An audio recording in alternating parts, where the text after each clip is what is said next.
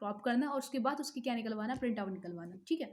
वरना आप किसी भी कैफे वाले के पास जाओगे, उनसे कहोगे अमूल की बैलेंस शीट निकाल दो, कहेंगे भैया नहीं है।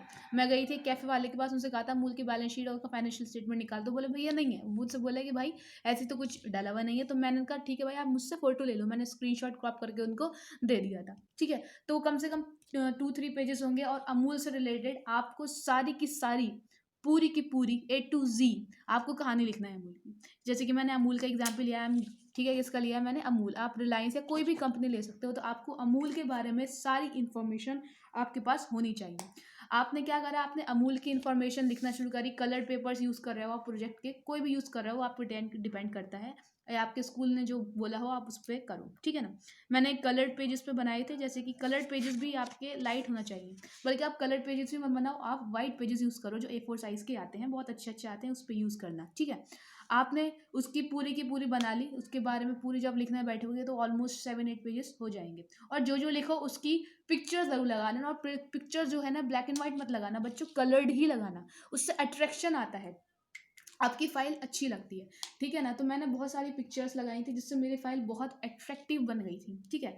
तो पिक्चर्स लगाइएगा और आपको अमूल की जो लिखो ना उसकी इन्फॉर्मेशन होना चाहिए, ठीक है। आप इन्फॉर्मेशन लिखते जाना। फिर आप अमूल की बैलेंस शीट एक में दिखाओगे। अमूल की बैलेंस शीट ऐसा मत करना जैसे कि आपका ये पेज है, आपने यहाँ पे अमूल के बारे में लिखा और इस वाले पेज पे, यानी कि this one page for example, आपने यहाँ पे अमूल के बारे में लिखा और यहाँ पे आपने क्या करा, अमूल की बैलेंस शीट लगा दी। नहीं, आप एक एक पेज पे, यानी कि इस पेज पे लिखना, उसके बाद इस पेज पे लिखना, ऐसे लिखते हुए चलना, ठीक है ना। आप ऐसे लिखते हुए चलना और ऐसे ही पूरी की पूरी जो बैलेंस शीट आपकी निकल के आएगी वो ऐसे ही लगा देना, ठीक है। यहाँ चिपकाना विपकाना मत, ऐसे ही उसको लगा देना, ठीक है। फिर उसके बाद एंड में आपको क्या क्या करना होता है मैं आपको बता दूं। जब आपने सारी उसकी फाइनेंशियल स्टेटमेंट्स लगा दी तो आप कुछ रेशियोज निकालना। ये रेशियोज आपको बता देंगे आपके टीचर्स कौन से निकलवाना चाहते हैं। जो टीचर्स आप कहेंगे कि वाले रेशियो कैलकुलेट कर लो, आप वो रेशियोज कैलकुलेट कर लेना। फॉर एग्जाम्पल मैंने निकाला था लिक्विड रेशियो में करंट रेशियो निकाला था। करंट रेशियो का फॉर्मूला आपको पता है, current asset upon current liabilities. तो आप क्या करना, जो भी आपके पास बैलेंस शीट होगी, ये मत देखिएगा, ये मैंने रफली बना के दिखाया है आपको। तो आप क्या करना, आपकी जो बैलेंस शीट होगी उसमें करंट एसेट होंगे और करंट लायबिलिटी को ऐड करके डिवाइड कर देना, आपका निकल के आ जाएगा करंट रेशियो। और फिर जो आपको पता है कि रेशियो पे आप कमेंट वमेंट करते हो वो कर देना, जैसे कि मैंने देखिए ये कर रखा है, ठीक है ना।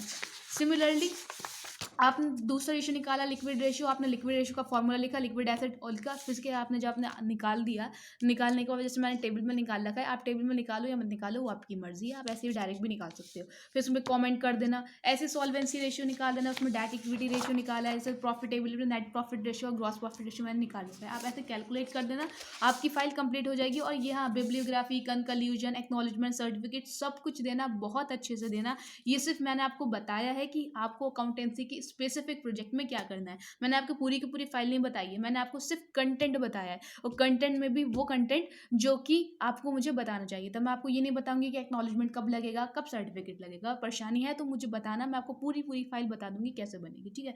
फॉर एग्जाम्पल आपने इंडेक्स विंडेक्स, ये तो कॉमन चीज़ है, आप सब में बनाओगे, index, certificate, acknowledgement, conclusion, bibliography, सब में बनाओगे, नहीं बनाओगे जी। फ्रंट पेज बहुत अच्छा बनाइएगा। अब जैसे कि मोस्टली स्कूल्स कहते हैं कि आप स्पायरल बाइंडिंग करा लो, तो सारे के सारे बच्चे स्पायरल बाइंडिंग कराते हैं। फॉर एग्जाम्पल ये भी स्पायरल बाइंडिंग करा रखी है, तो आप स्पायरल बाइंडिंग करा देना, अपने पेजेस लेके जाना, ज़्यादा महंगी नहीं होती स्पायरल बाइंडिंग, 30 to 50 रुपीज़ में हो जाएगी, और मे बी इससे कम भी हो जाए, ठीक है। स्पायरल बाइंडिंग कराना और आपकी फाइल रेडी हो जाएगी। बस मेन चीज़ ये है, जो आप फाइल में लिखो वो आपको पता होना चाहिए कि आपने फाइल के अंदर जो लिखा है वो क्या लिखा है। वो इसमें से क्वेश्चन पूछ लेते हैं, ठीक है ना। ओके, इसके अलावा आप अपने जितने भी चैप्टर्स हैं उनकी प्रैक्टिस करके जाना। और ये मैं बता दूंगी कि वाइवा में क्या क्या पूछा जाता है, ठीक है। इसकी वीडियो मैं अलग से डालूंगी, अभी आपको इसकी टेंशन लेने की ज़रूरत नहीं है।